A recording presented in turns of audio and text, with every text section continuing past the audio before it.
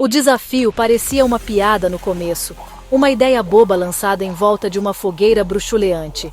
Ian, sempre o líder, sorriu ao propô-lo. Um fim de semana na velha casa da colina, ele anunciou, sua voz ecoando com falsa bravura. Dizem que é assombrada.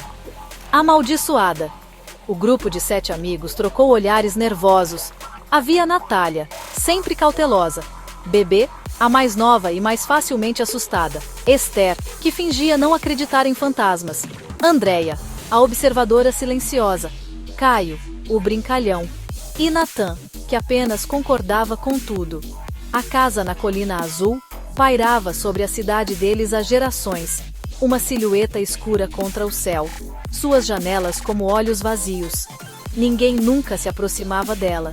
Mas a emoção do desconhecido era um poderoso imã, puxando-os para dentro. A ideia se instalou sobre eles, uma mistura de medo e excitação. Caio imediatamente começou a fazer barulhos de fantasma, tentando assustar Bebê, que apertou seu ursinho de pelúcia com mais força. Esther revirou os olhos, mas Natália pôde ver um lampejo de genuíno desconforto na expressão de sua amiga. É só uma casa velha e empoeirada, Esther afirmou, sua voz um pouco alta demais. O que de pior poderia acontecer? Mas todos eles conheciam as histórias. Eles tinham ouvido os sussurros sobre luzes estranhas, sobre portas batendo sozinhas e sobre os gritos arrepiantes que desciam a colina em noites sem lua.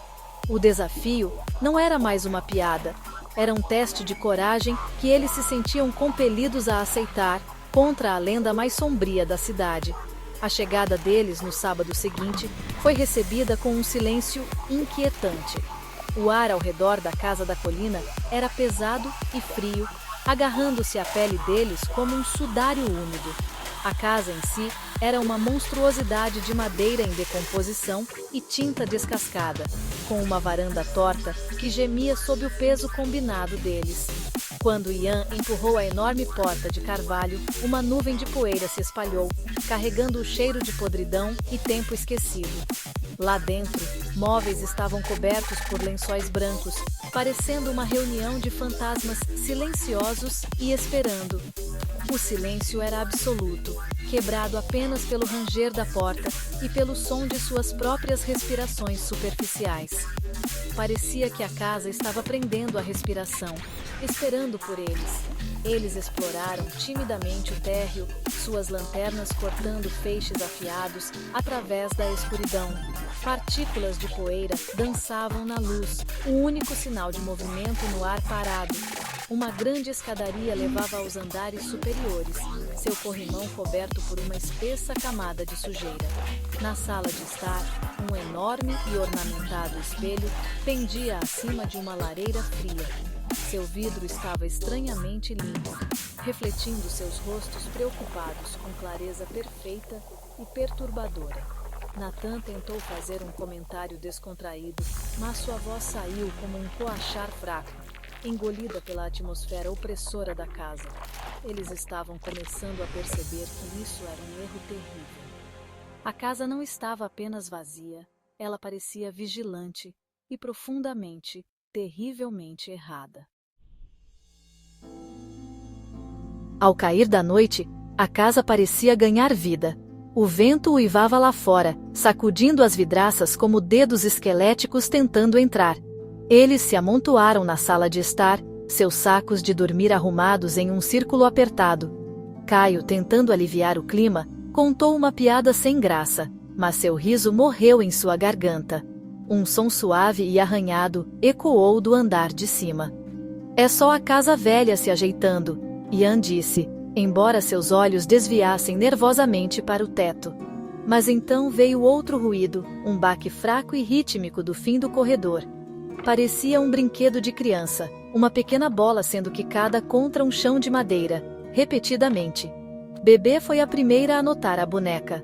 Ela estava sentada na lareira empoeirada, uma figura de porcelana com a pele rachada e um único olho de vidro, sem piscar.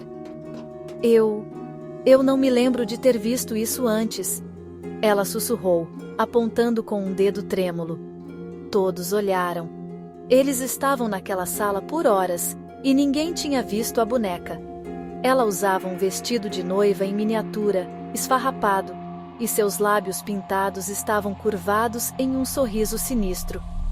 Andréia, corajosa ou tola, estendeu a mão para tocá-la, mas quando seus dedos se aproximaram, a cabeça da boneca se inclinou lentamente para o lado, seu único olho bom parecendo se fixar nela. Ela puxou a mão de volta com um suspiro, seu rosto pálido na luz fraca.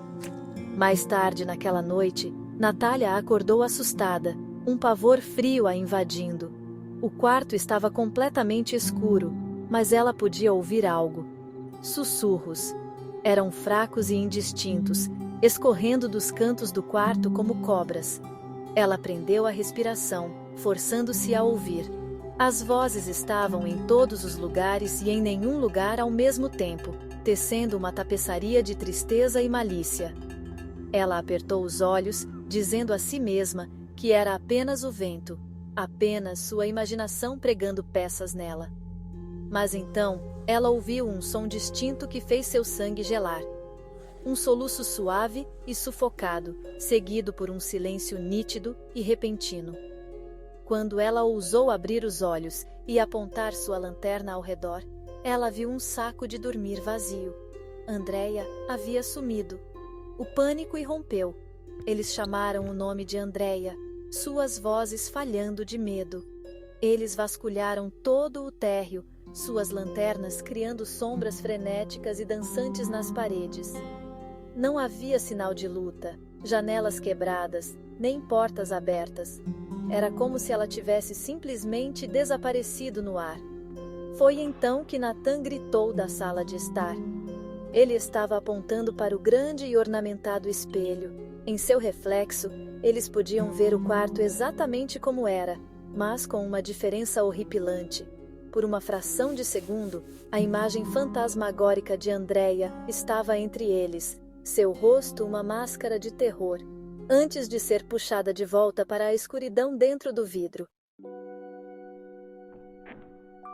Os desaparecimentos aconteceram um a um, cada um mais aterrorizante que o anterior.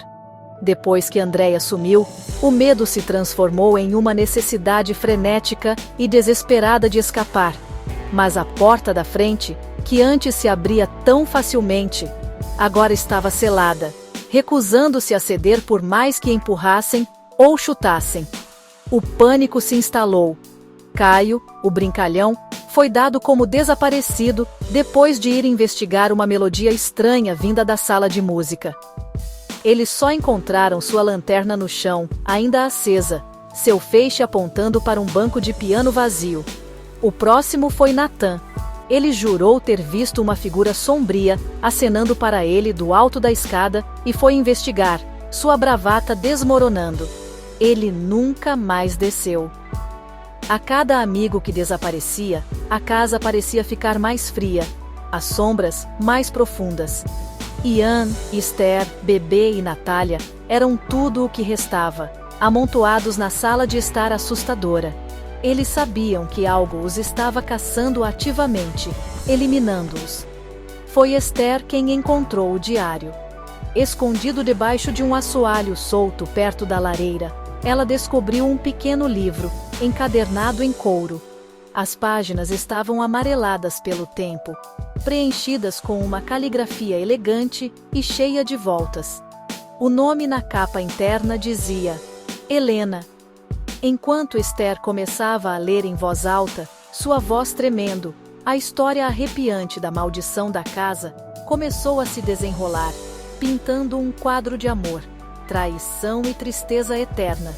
Helena havia sido uma noiva, prestes a se casar no grande salão da casa um século atrás. Ela estava profundamente apaixonada, mas seu noivo era um homem cruel, interessado apenas na riqueza de sua família. No dia do casamento, ele e 6 de seus amigos pregaram uma peça cruel. Eles a trancaram em um quarto escondido no porão, planejando resgatá-la após a cerimônia para uma risada.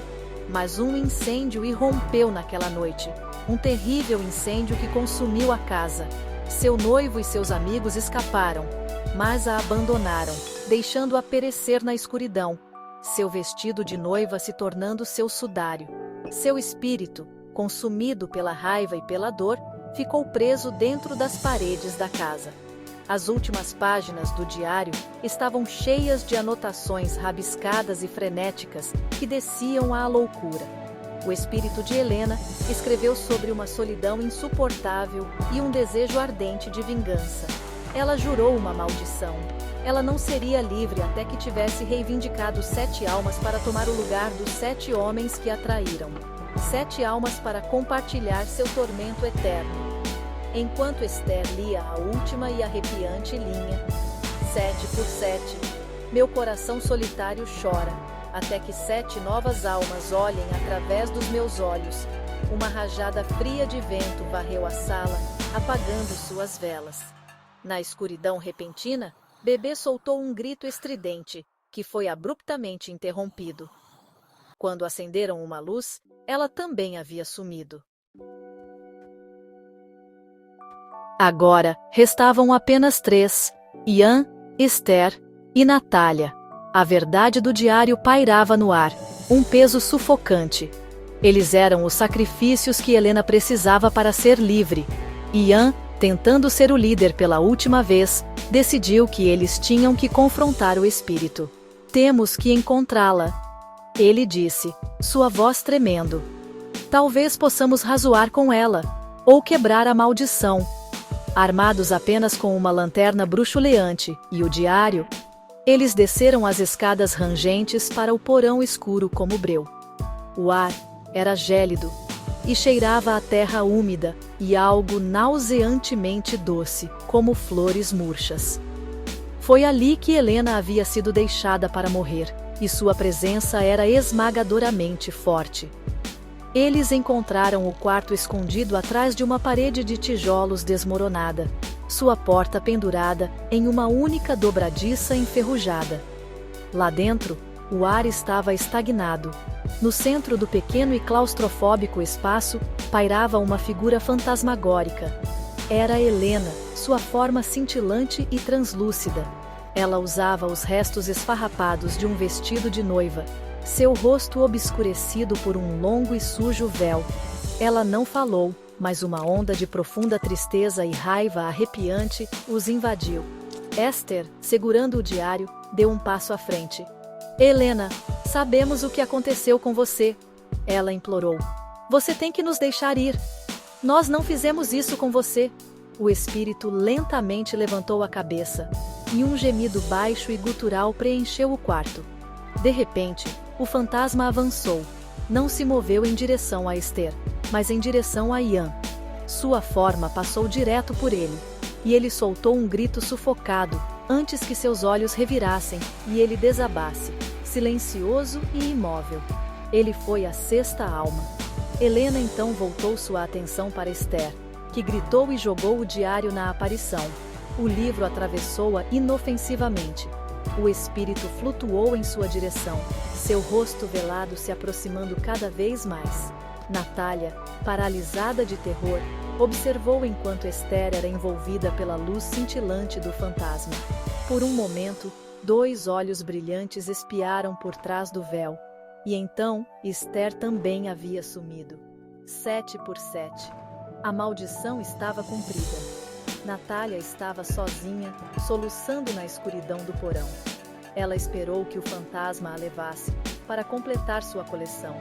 Mas nada aconteceu. O frio opressor no quarto começou a diminuir, e uma fraca luz matinal filtrava-se por uma grade do porão.